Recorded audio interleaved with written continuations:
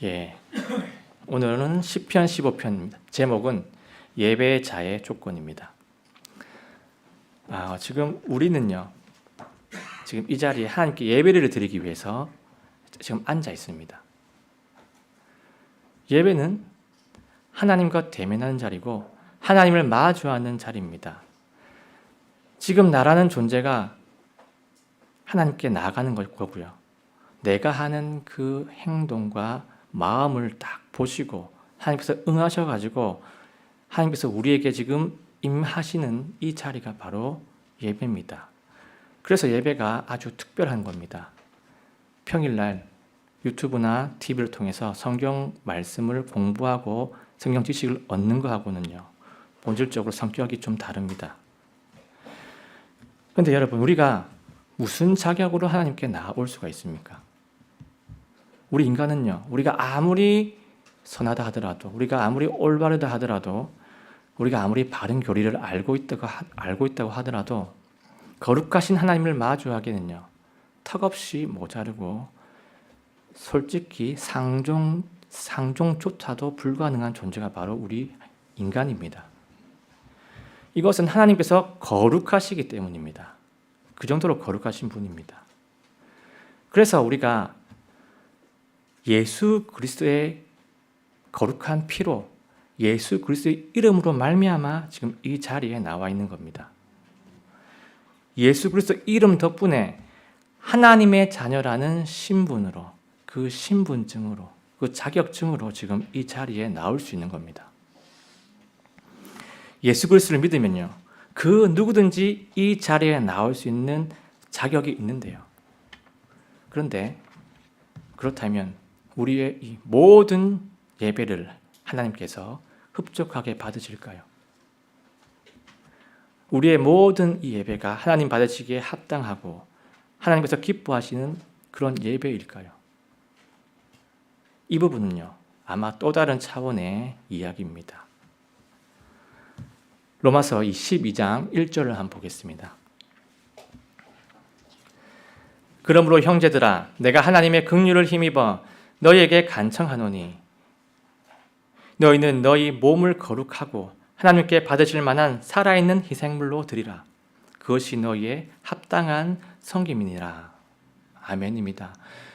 너희 몸을 거룩하고 하나님께서 받으실 만한 살아있는 희생물로 드리라고 지금 명령문으로 말씀하십니다. 이 말은요, 내 자신의 삶과 행동이 하나님 보시기에 합당하지 않을 때는 하나님이 받으시는 예배가 되지 않기 때문에 너희가 그렇게 되기를 바란다라고 지금 명령을 하고 있는 겁니다. 우리의 삶의 모습이 합당하지 않으면요, 우리는 이 예배 자리에 지금 앉아 있을 수는 있지만 우리 예배는요, 하나님께서 형식적으로 보시고 가식적으로 보셔가지고 기쁘게 받으시지는 않습니다. 여러분, 오늘 이 시편 본문이 어떤 내용이냐면요, 구약시대 때 성막을 출입하기 위해서 이런 조건이 있어야 한다고 다윗이 고백을 하는 그런 고백시입니다. 이런 조건 안 갖추면 성막에 운 좋게 들어갈 수는 있습니다. 들어간다 하더라도 이 상태에서 하는 예배 행위들은 하나님 앞에서 크게 의미가 없다는 거예요. 그 예배는, 그 헌물은 그냥 위선과 껍데기라는 겁니다. 다시 말해서 오늘 내용은요, 예배자로서 필수고 본질적이고 기본 조건에 대한 그런 이야기입니다. 그리고 이 오늘 말씀은요, 구약시대이든 신약시대이든 간에 이 예배자의 본질적인 부분이기 때문에 다 상통합니다. 다 상통하는 부분이라서 우리의 예배 승패가 오늘 이 말씀 내용에 달려있다고 해도 과언이 아닙니다.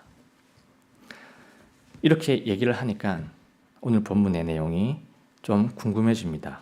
한번 보겠습니다. 먼저 오늘 본문 내용을 잘 이해하기 위해서는요, 시대적 배경을 아는 게 좀 필요합니다. 오늘 이 시편 15편이 기록된 시기는요, 그 사용된 단어를 좀 보면 추정을 할 수 있습니다. 1절을 딱 보시면 성전이라는 단어가 있죠? 아니, 없습니다. 성전이라는 단어가 안 쓰였고요. 그 대신에 주의 장막이라는 단어가 쓰였습니다. 주의 장막이 뭡니까? 주의 장막은요, 성막입니다. 성막은 뭡니까? 성막은요, 출애굽한 이스라엘 백성 곁에 하나님이 머무시게 하기 위해서 이스라엘 백성들이 만들어 놓은 구조물입니다. 가나안 땅에 정착하기 전에는요, 이동하는 광야에서 이동식 성전으로 만들어 놓은 거예요. 근데 가나안 땅에 정착을 하면 이제 그냥 구조물이죠. 그리고 또 나오는 단어가 있는데요. 뭐가 나오냐면 주의 거룩한 산이라는 단어가 나옵니다. 주의 거룩한 산이 뭘까요? 주의 거룩한 산. 이건 실제 산을 말하는 게 아니고요. 언약궤가 놓여 있는 예루살렘의 한 장소입니다. 그러니까 예루살렘에 있는 성막을 얘기하는 거예요. 그러니까 앞에 말하는 성막, 그 주의 장막과 같은 곳입니다. 성막을 얘기하는 겁니다. 그러니까 오늘 이 시편 본문이 언제 기록되는지 어떻게 알 수 있냐면 다윗이 언약궤를 딱 예루살렘에 옮겨온 그 이후부터, 그리고 솔로몬이 성전을 짓기 그 직전까지 그 사이에 기록이 되었구나라는 것을 우리가 단어를 보고 알 수가 있습니다. 그러면 그 사이에는요, 그 당시에는 어떤 게 있었냐면요, 성막 문 앞에 문지기가 있었습니다. 근데 문지기가 어떤 사람이냐면요, 성막에 들어가려고 하는 사람들한테 성막에 들어가면 이런 행동을 하면 되고 이렇게 알려주고요. 그리고 회개하지 않은 죄인들, 우리 이방인들, 이런 부정한 사람이 딱 오면 성막에 못 들어가도록 거르는 그런 역할을 했습니다. 자, 역대하 23장 19절을 한번 보겠습니다. 또 그가 문지기들을 주의 집 문들에 두어 어떤 일에든지 부정한 자는 들어오지 못하게 하고. 자, 지금 다윗은요, 성막에 부정한 사람들이 들어와 가지고 거룩한 성소를 오염시키고 또 그 사람들이 그 자리에서 하나님의 징계를 받는 그런 사고를 미연에 방지하기 위해서, 하나님 징계를 받으면 그 사람은 큰일 납니다. 그래서 그 사람한테도 피해요. 그걸 막기 위해서 문지기를 세웠습니다. 이 문지기가 딱 걸음종이 역할을 하는 거죠. 걸음종이 역할을 하는 겁니다. 자, 그러면 1절을 한번 보겠습니다. 1절. 주여, 누가 주의 장막에 머무르리이까? 누가 주의 거룩한 산에 거하리이까? 자, 지금 이 질문을 합니다. 이 질문은 원래는 하나님께 헌물을 드리러 온 사람이 문지기한테 하는 질문이에요. 그 질문인데 지금은 다윗이 하나님한테 이 질문을 딱 드리고 나서 하나님이 답을 주시면 그 답을 그대로 이렇게 2절부터 기록을 해놓은 겁니다.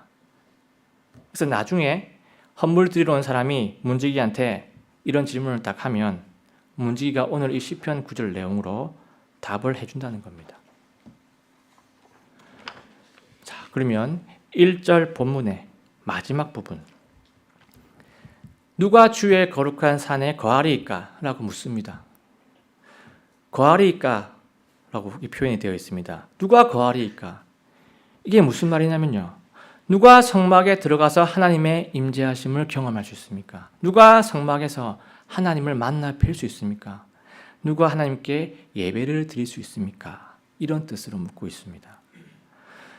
자, 예배자가 이런 질문을 왜 하냐면요, 이 당시의 성소 안에는 이 헌물을 드리는 사람의 상태나 그 사람이 하는 행동, 자세, 이런 거에 따라서 그 예배가 하나님께 거절이 되기도 하고 또 바로 징계도 받을 수 있기 때문에 이런 게 필요했습니다. 아무 상태에서 하나님을 만날 수 있다는 게 아닌 거죠. 그 당시는 거룩하신 하나님을 만날 때는 기본을 갖추라는 겁니다. 기본이 있다는 겁니다. 자, 그렇다면 그 당시 예배자의 기본은 어떤 것이 있는지 한번 보겠습니다. 2절입니다. 2절. 올바르게 걷고 의를 행하며 마음속으로 진리를 말하는 자. 자, 지금 2절에서 세 가지를 얘기합니다. 세 가지. 올바름, 의로움, 마음으로 진리를 말함. 이 세 가지죠. 이 세 가지의 삶을 살아갈 때, 자, 결코 흔들리지 아니하리라라고 5절에서 말합니다. 볼게요. 이런 일을 행하는 자는 결코 흔들리지 아니하리라. 아니하리이다. 결코 흔들리지 아니하리이다. 이 말은 무슨 말이냐면요. 이런 삶을 산 예배자는 하나님의 임재하심을 경험하게 될 거고 하나님 주시는 그 안식을 누리는 것에 결코 실패하지 않을 것이다. 이 사람은 그 예배에 성공할 것이다. 라는 이런 뜻입니다. 자, 그러면 이제부터 예배의 첫 번째 이제부터 조건들이 뭔지 한번 더 깊숙하게 본문을 살펴보면서 한번 들어가 보겠습니다. 자, 하나님께서 받으시는 예배의 첫 번째 조건, 시편에서 말하는 첫 번째 조건은요, 이겁니다. 말을 관리하는 삶입니다. 말을 잘 관리하는 삶입니다. 자, 2절을 보시면 이게 나옵니다. 2절 뒷부분에 마음속으로 진리를 말하는 자. 마음속으로 진리를 말하는 자. 이게 무슨 뜻일까요? 마음속으로 진리만 품고 있으면 된다는 그런 뜻일까요? 그게 아니고 마음속으로 진리를 품고 있으면서 실제로도 그 마음을 말로 하는 사람을 말합니다. 마음에 있는 것들은 당연히 사람의 말로 드러나야겠죠. 그래서 방금 말한 이 말은요, 진리를 말하는 자, 이것을 뜻합니다.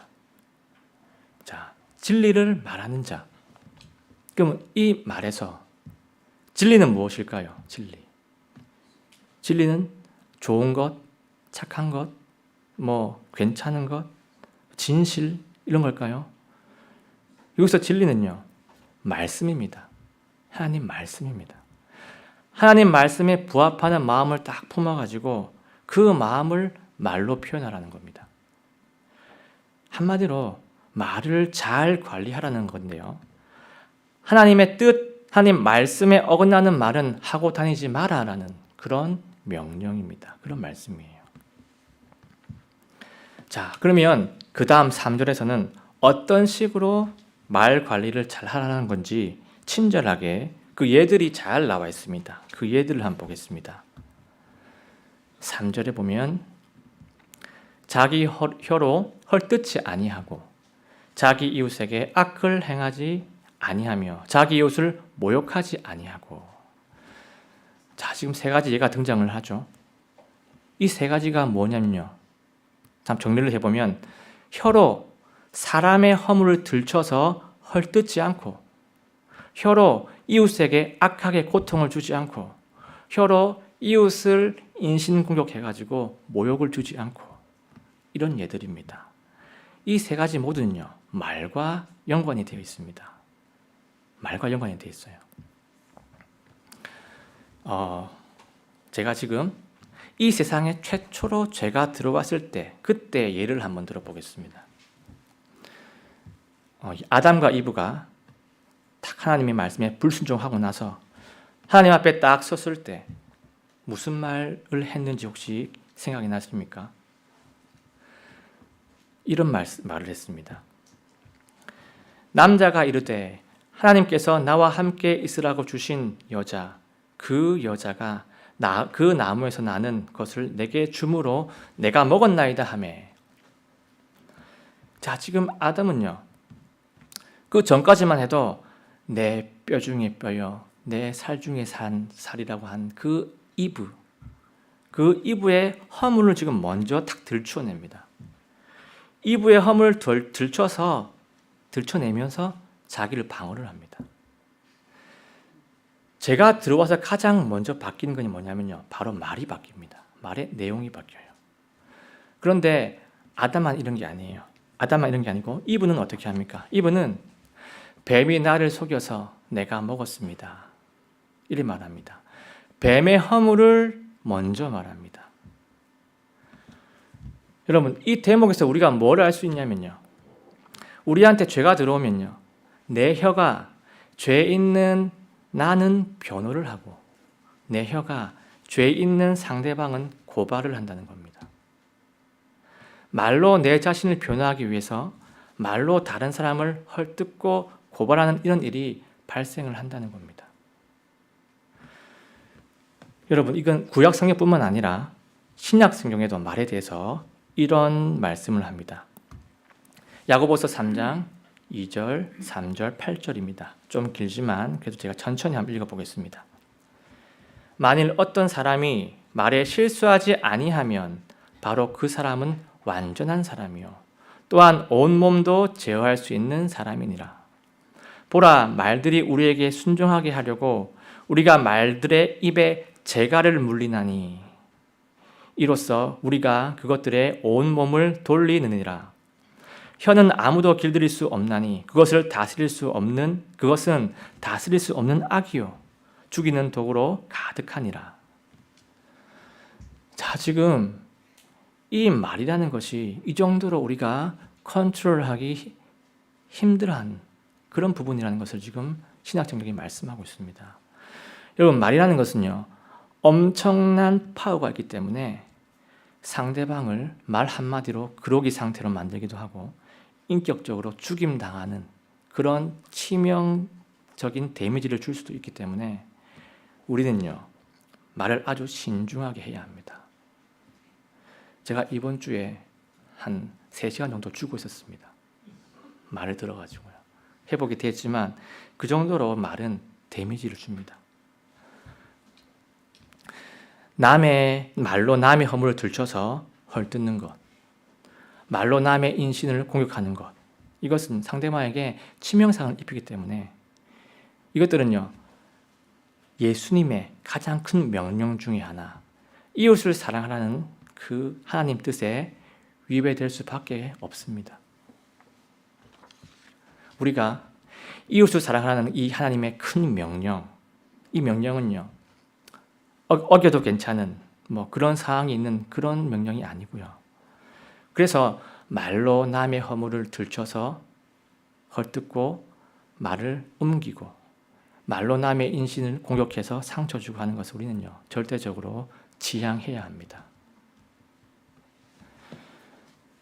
이제 하나님께서 받으시는 예배의 두 번째 조건입니다. 네, 하나님 말씀에 순종하는 삶입니다. 자, 2절에 보시면 이게 나옵니다. 자, 2절 앞부분이죠. 올바르게 걷고, 자, 여기서 올바르다, 이 뭡니까? 하나님께서 올바르게 여기는 것이 올바른 것입니다. 하나님 기준에서 옳은 거예요. 내 기준에서 옳은 게 아니고 하나님 기준에서 옳은 겁니다. 하나님이 옳게 여기는 것, 이것이 뭡니까? 하나님이 옳게 여기는 것을 기록해 놓은 것이 바로 말씀이에요. 율법입니다. 하나님 말씀입니다. 그래서 올바르게 걷는다라는 이 말은요, 하나님의 말씀, 하나님의 율법대로 그대로 따른다라는 말과 같은 뜻입니다. 말씀에 순종하는 삶이 올바르게 걷는 삶입니다. 이 말씀 순종은요, 구약과 신약 성경 모두에서 일관적으로 강조하고 있는 겁니다. 자, 오늘 본문 그 다음 4절을 보시면 말씀에 순종하는 구체적인 예들이 나오는데요. 이 예들이 왜 나오냐면 이 당시에 이런 사항들이 잘 안 됐기 때문에 이런 예들이 나와 있는 겁니다. 그 중에 하나가 이겁니다. 하나, 자기 눈으로 비열한 자를 멸시하되 주를 두려워하는 자들을 존중히 여기는 자. 자, 이 말이 좀 어렵죠. 자기 눈으로 비열한 자를 멸시하되 주를 두려워하는 자들을 존중히 여기는 자. 자, 여기서 비열한 자가 나오죠. 비열이란 단어 좀 너무 추상적이고 주관적이고 너무 범위가 넓어 보입니다. 근데 정의를 보면 하는 짓이나 성품이 천하고 졸렬함. 그러니까 행동과 성품이 천하고 졸렬하다는 거예요. 자, 이렇게 해도 뜻이 또 너무 포괄적이죠. 그래서 이 구절에서 말하는 비열한 자가 어떤 비열한 자를 말하는지를 알려면요, 이 4절 구조를 보면 알 수 있습니다. 이 4절 구조는요, 지금 대조 형식으로 되어 있습니다. 보시면 윗줄은 멸시하되, 동사가 멸시하되가 있고 밑에 줄은 동사가 존중히 여기지 않는 자. 멸시하다와 존중히 여기는 자, 서로 반대말입니다. 그러면 목적어도 반대만 말이란 겁니다. 비열한 자와 주를 두려워하는 자, 이게 서로 반대의 의미라는 겁니다. 그럼 반대 의미면 이 비열한 자는 어떤 비열한 자인가요? 주를 두려워하지 않는 그런 비열한 자입니다. 주를 두려워하지 않는 자입니다. 더 쉬운 말로 뭡니까? 주를 업신여기는 자입니다. 주를 업신여기는 자를 멸시하되. 그래서 이렇게 해석하시면 됩니다. 하나님을 업신여긴 자는 멸시하고 하나님을 두려워하는 자는 존중하라. 여러분, 하나님을 업신여긴 자는 멸시하라고 하셨고 하나님을 두려워하는 자는 존중하라고 하십니다. 우리가 이 부분을 잘 기억했으면 좋겠습니다. 자, 그 다음에 4절의 뒷부분입니다. 맹세한 것은 자기에게 해로울지라도 바꾸지 아니하는 자. 자, 맹세한 것은 해로울지라도 바꾸지 아니하는 자. 이 맹세한 것이라는 것은 쉬운 말로 약속을 한 겁니다. 약속한 것은 자기한테 해로울지라도 바꾸지 아니하는 자입니다. 여러분, 우리 그리스도인들이 종종 사회에서 욕을 먹는 부분이 있는데요.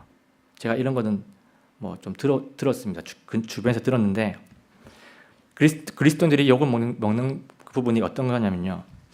그리스도인이라고 하면서 조금 더 손해를 안 보려고 한다는 겁니다.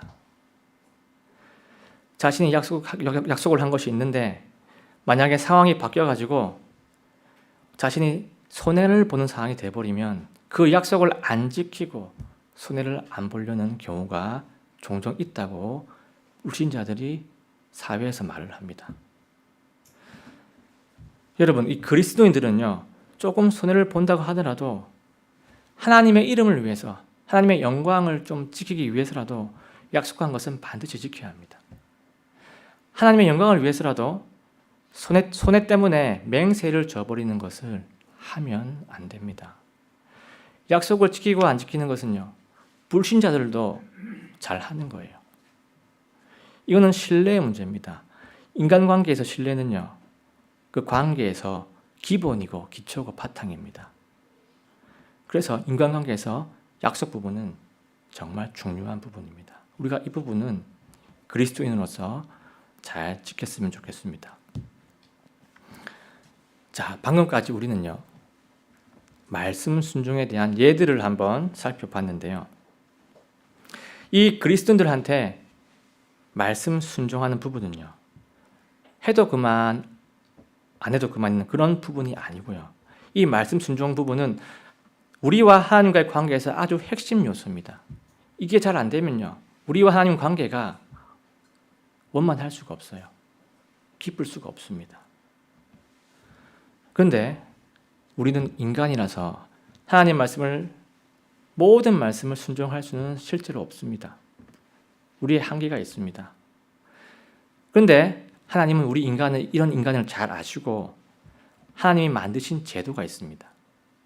그 제도가 뭐냐면요, 바로 회개입니다. 하나님은 이 회개를 통해서라도 나중에라도 순종을 하나씩 이루어 가기를 원하십니다. 순종이 100이라고 하면, 내가 지금 50이라면, 오늘은 50이면 내가 회개해서 일주일 후는 51, 52. 하나님은 이 회개를 통해서 하나님 말씀에 순종하기를 원하시는 겁니다. 그만큼 하나님은요, 이 말씀 순종하는 것, 내가 하나님 뜻에 합하는 것, 이 자체를 중시 여기시고 아주 강조를 하고 계십니다. 최근에 우리 교회가 지금 목사님이 없는 상황을 맞이하고 있습니다. 그러면 사역자는 저 혼자 남는데 하나님 참 어떻게 합니까? 참 무겁고 버겁고 좀 두렵습니다. 저는 이런 감정에 휩싸였습니다. 그러니까 하나님이 무슨 말씀으로 응답을 하셨을까요? 이 말씀을 하나님이 응답을 하셨습니다. 자, 다 같이 한번 읽어보겠습니다. 베드로전서 5장 7절 시작. 너희의 모든 염려를 그분께 맡기라. 그분께서 너희를 돌보시느니라. 아멘입니다. 하나님께서 제 마음속에 부산 제1성서 침례교회는 예수 그리스도의 피값으로 나 하나님이 세웠고 63년 전에 미국의 휘커 선교사를 내가 보내서 이 부산 땅 불모지에 내가 보내서 미국 성도들의 기도와 헌신을 모아서 나 하나님이 세웠고 지금까지 사랑하는 성도 한 명 한 명, 순종하는 사람 한 명 한 명을 모아서 내가 세워왔고 앞으로도 순종하는 성도 한 명 한 명을 모아서 내가 세울 것이다. 나 하나님이 세울 것이다. 너도 그 성도들 한 명일 뿐이다. 그러면 너도 같이 순종해라. 걱정하지 말고 모든 염려 내게 맡겨라. 내가 너희들을 돌볼 것이다. 라고 베드로전서 5장 7절로 하나님께서 말씀을 하셨습니다. 여러분, 우리가 할 것은요, 우리의 지혜를 총동원해서 우리의 머리를 굴려서 뭔가를 창조해내는 게 아니고요, 이미 선포된 말씀 앞에 순종할 뿐입니다. 하나님은 작은 순종 외에는 더 바라는 것이 없습니다. 자, 이제 하나님이 받으시는 예배의 세 번째 조건입니다. 어려운 이웃을 돕는 삶입니다. 시편 15편 2절 말씀 한번 보겠습니다. 중간이죠. 의를 행하며. 자, 의를 행한다면 의가 좀 범위가 넓죠. 그래서 이게 킹제임스 영어 성경에 보면 righteousness, right의 형용사의 명사형, righteousness. 그러면 이거는 의에서도 공의라는 그 뜻까지 좁힐 수가 있습니다.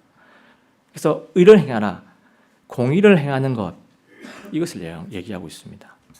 자, 이 공의를 행하라, 의를 행하라는 것의 구체적인 예가 5절에 나옵니다. 자, 한번 읽어보겠습니다. 제가 읽어보겠습니다. 이자를 받으려고 자기 돈을 내주지 아니하며 죄 없는 자를 대적하여 대가를 받지 아니하는 자가 거하리니. 자, 이렇게 정리해 보겠습니다. 이자를 받으려고 자기 돈을 빌려주지 않는 것. 두 번째는 대가. 이 대가는 뇌물입니다. 뇌물. 뇌물을 받지 않아서 죄 없는 자를 대적하지 않는 것. 자, 이거 두 가지입니다. 자, 이 둘 다요, 금전 문제와 관련되어 있는 건데요, 이 당시에 잘 안 됐던 사항들이기 때문에 이 내용이 나왔습니다. 여러분, 율법에서는요, 돈을 빌려주고 받는 것이 원래 원칙적으로 금지가 되어 있습니다. 금지가 되어 있는데 허용하는 경우가 있어요. 언제 허용을 하냐면 가난한 이웃을 도울 때, 그때 돈을 빌려주고 갚는 것이 허용이 되었습니다. 근데 이 당시 유대인들은요, 가난한 이웃을 돈으로 돕기는커녕 높은 이자율, 고리대금으로 가난한 이웃의 등골을 빼먹었습니다. 그리고 이 지도자들은 부자들의 뇌물을 딱 받아 먹어가지고 부자들의 편을 들어줍니다. 그래가지고 이 고리대금 사건으로 재판을 딱 열면요, 재판관이 부자들한테 돈을 먹어가지고 가난한 자들한테 모든 데를 다 덮어 씌웠습니다. 이런 상황들이 비일비재했습니다.